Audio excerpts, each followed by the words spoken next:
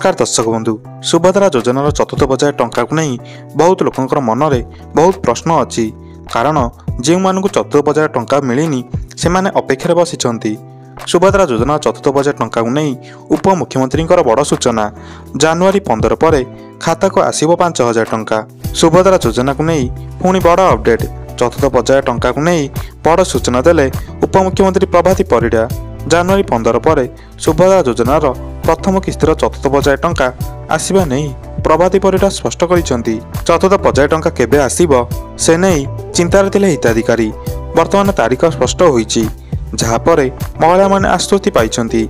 सुभद्रा योजनार grand launching पूर्वरु आवेदन करथिले भी वर्तमान पर्यंत टंका पाई नांती किछि हिताधिकारी।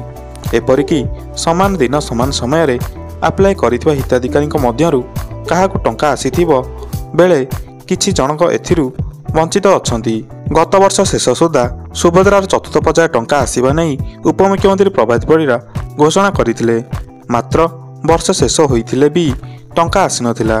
वर्तमान एही टंका जनवरी 15 पर मिलिबो। केवल सेतिकी नुहे जे माने आवेदन करिनांती से माने मार्च 30 पर आवेदन कले भी एका थरके सुभद्रार 2 किस्ती टंका अर्थात 10,000 टंका मिलिबो।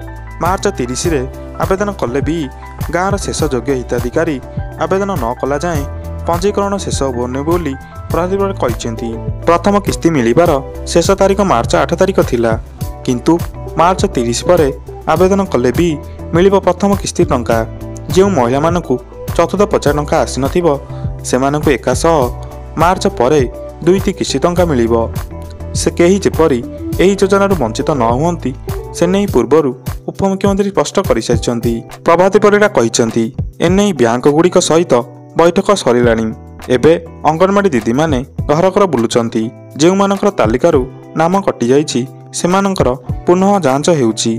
आहुरी मध्य जहार 5 एकर जमी अछि बा नाही एही द्वंद्व पई डिसेंबर 30 जाए तदंत हेउछि बोली पूर्वर सूचना दिया जाइथिला। एही समय अवधि को जनवरी 15 जाए वृद्धि करा जाइछि। तेणु जनवरी 15 पर प्रथम किस्तीर चतुर्थ पर्याय टंका मिलिबो।